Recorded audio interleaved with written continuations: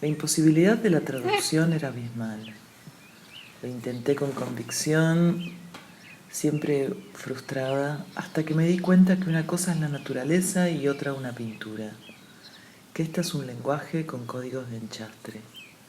Cuando logré separarlas, cuando ya no existía esa obligación de capturar un paisaje, esa ilusión que yo tenía, ahí empecé a jugar y divertirme pintando. De tanto mirar libros y pinturas, comencé a desarrollar otra división, la fantasía y lo real. La fantasía siempre quedaba en ese plano psicológico, íntimo, y lo real era eso masculino, candente. Llego a Misiones en 1992, buscando con amigos los Altos de Moconá, a partir de una nota en la revista Weekend. El Soberbio era un pueblo maderero y esenciero, fronterizo con Brasil. Allí quedamos y con Franco compramos una chacra que luego devino posada. Al igual que cuando entré en la escuela de arte, casi sin saber pintar, fue un flechazo. Eso era real y sin embargo superaba todo lo que mi fantasía exacerbada me había procurado. Se acababa esa dicotomía. Ahora pintar lo real era pura fantasía.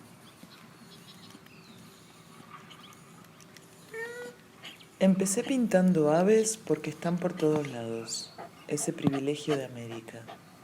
Además es una excusa plástica para componer el cielo con la tierra. Nunca temí lo autóctono o popular o naif. Más bien me aferro a eso. Creo que todo arte es contemporáneo de su época. Siempre algún rasgo de lo que se está pensando queda.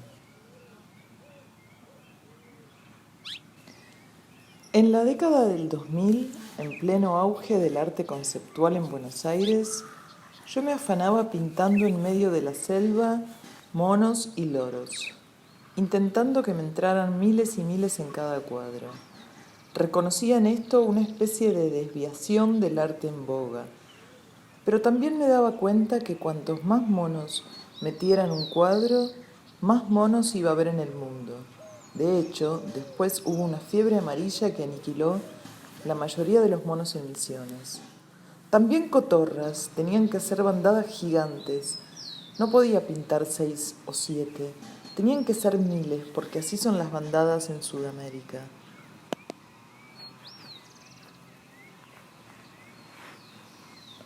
Lo psicodélico lo traje y lo encontré en la selva.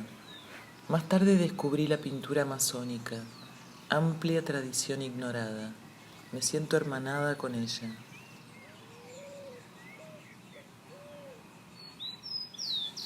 A los cuadros los veo como novelas, en el sentido de que van apareciendo personajes y de que hay que proveer por ellos, que tiene que haber frutas, animales, agua corriendo, pájaros, niños por todos lados.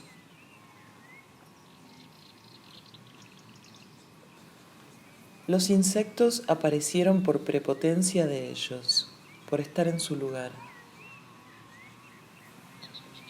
Noté que los tucanes que tallan los guaraníes en la madera son más tucanes que las grandes ilustraciones del siglo XIX. Decidí que mis aves saldrían de la observación. El estado que busco siempre que pinto es la adrenalina. No existe otra manera de pintar. A mí me funciona pararme en la intemperie, como finalmente resumía el paisaje o la naturaleza. Es estar expuesto a los elementos y allí, emocionada y superada, mantener la cabeza fría y hacer un boceto, o componer unas lianas con un camino. La manía de registrar para no olvidar está detrás de cada obra. Para retener no, para agregar una visión más del mundo sí. Todo lo que pinté lo vi y estaba pasando. Esa es la memoria, que lo vi. Me interesa lo antropológico en el sentido de mandar al futuro registros de por qué y cómo se reunían los humanos.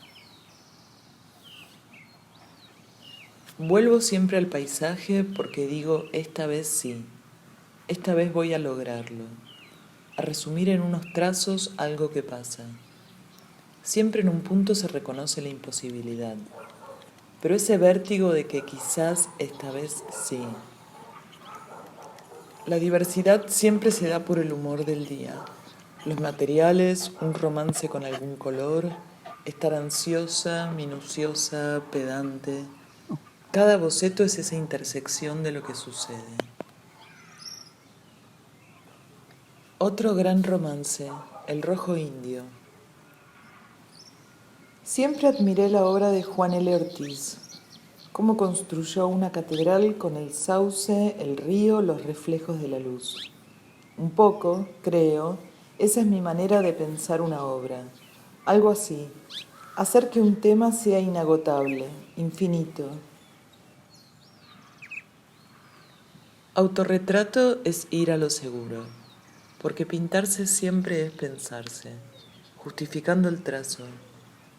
En la enramada mejor, porque juego con la decimonónica oposición, correspondencia, de micro y macrocosmos.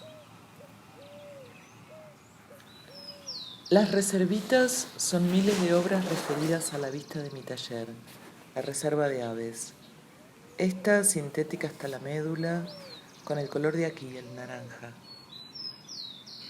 Hay un aspecto al que le doy bastante importancia en relación al hombre en la naturaleza, y es la voracidad. Por eso pinto dientes, porque creo que ese es ese espíritu que mueve al hombre así a morderlo todo. Cuadro Garcita número 57, me dicen mis hijos.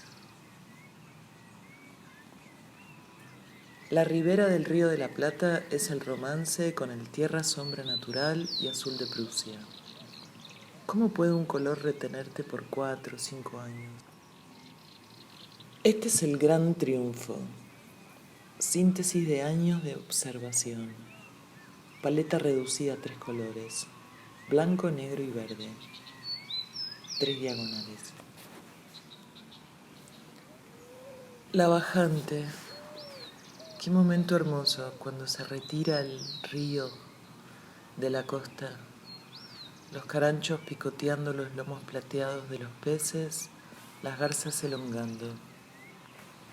En primavera imposible no pintar una parejita de aves o un mamón. En este metí ese enjambre de abejas bajo la flor del banano. Quedaba un hueco.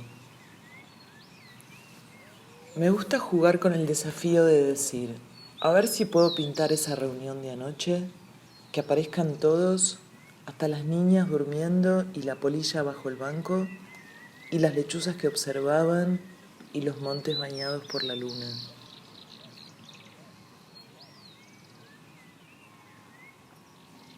Juro que todo esto sucedió en un día.